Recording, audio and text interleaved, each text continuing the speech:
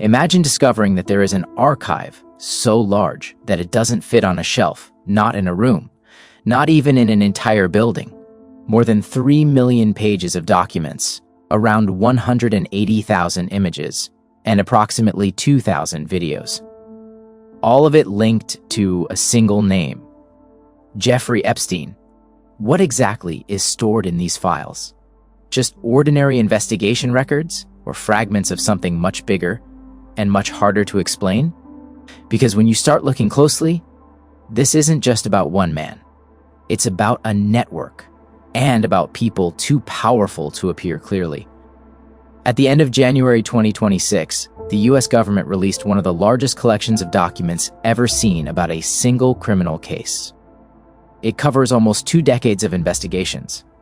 Emails, financial records, schedules, testimonies, internal reports, and media seized during official operations.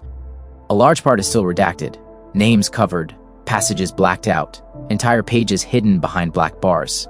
And that raises an obvious question. If there's nothing beyond what we already know, why hide so much? The documents make one thing clear.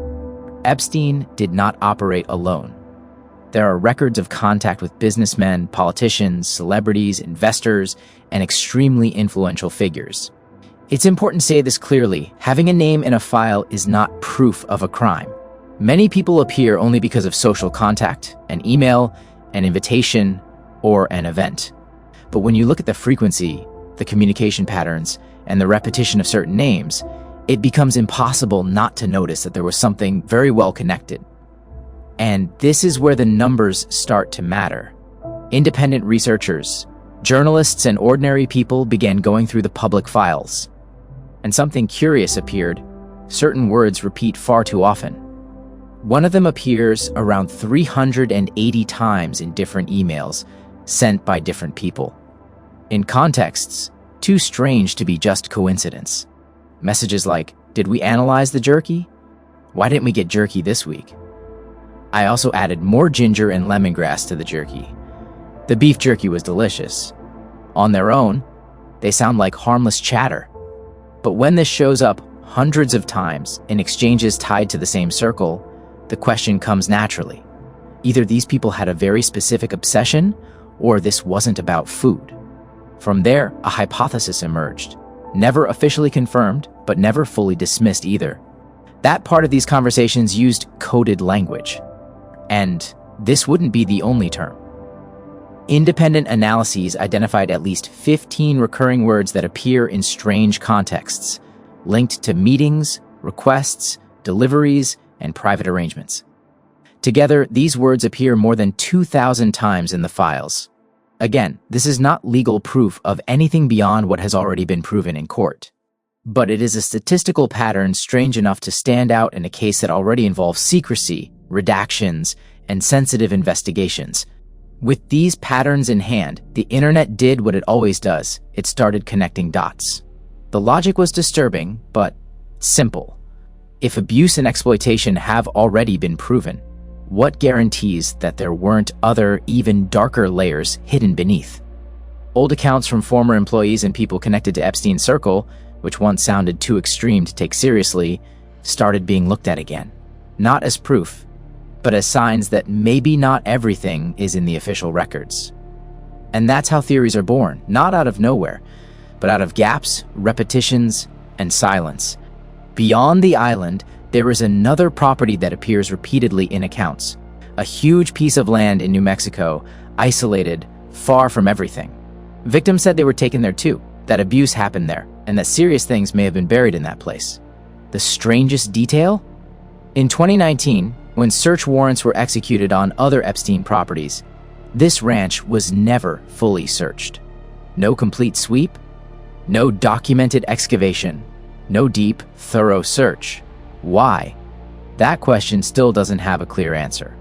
Among the emails analyzed, one specific detail drew a lot of attention.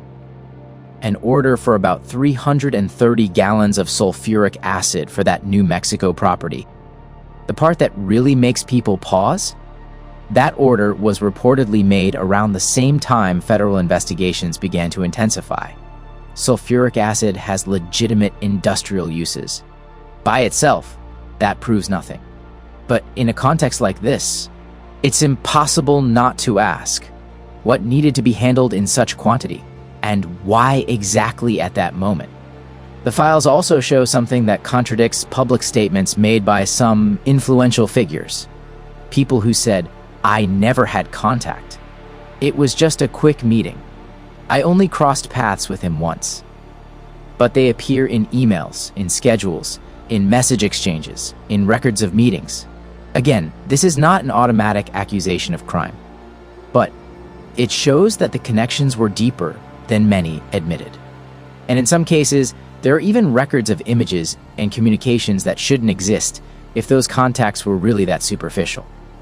One of the names that appears in records connected to Jeffrey Epstein is Prince Andrew. The Duke of York, third son of the late Queen Elizabeth II and brother of King Charles III, has faced years of public scrutiny due to his association with Epstein. His name appears in documents related to the case, and he was accused by Virginia Giuffre, who stated that she was abused when she was still a teenager. Prince Andrew has consistently denied wrongdoing. In 2022, he reached an out-of-court settlement with Giuffre without admitting liability. Following the controversy, he stepped back from public duties and lost his honorary military titles and royal patronages.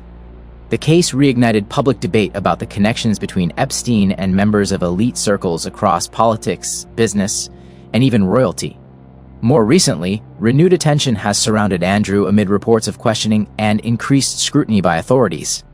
Officials have stated that, as with any individual under investigation, there would be no special treatment under the law. When a member of the royal family appears in files tied to one of the largest scandals of the century, the public reaction is inevitable. And once again, the case shows how far the reach of Epstein's network extended, crossing not just financial and political boundaries, but royal ones as well. Ghislaine Maxwell, considered by investigators to be Epstein's main partner, was convicted and is in prison. Reports suggest she wasn't just someone close to him, but someone who organized, recruited, and mediated. Many believe that if anyone knows the full structure, it's her. But to this day, much of what she knows remains locked away, invoking legal rights, negotiating silence, or simply not speaking. And that only increases the feeling that the puzzle is still incomplete. Proven fact, Epstein ran an abuse and exploitation scheme that's in court records, in sentences, in official documents. What comes after that enters a gray zone. Strange patterns in emails, repetitive language, properties never fully investigated, unusual material orders, connections to powerful people, and millions of pages still partially redacted. This is not proof of new crimes, but it is more than enough to raise uncomfortable questions. Maybe the most disturbing part isn't what we already know, but what still can't be fully seen. Because when a case generates millions of pages, thousands of media files, hundreds of sensitive names, and years of partially hidden documents, it feels like the real story was never told in full. And maybe it never will be. Jeffrey Epstein is dead, but the files remain. And they tell a story that seems bigger than just one man. Now, I want to ask you, do you think these documents hide nothing more than bureaucratic details? Or pieces of something that was never meant to come fully into the open? If you liked this video, leave a like, subscribe to the channel, and share it with someone who's interested in real cases, mysteries, and investigations that raise more questions than answers. And if you want to support the channel, consider becoming a member. That helps keep this kind of content going. Because sometimes, what's most frightening isn't what's written in the files. It's what's still covered in black.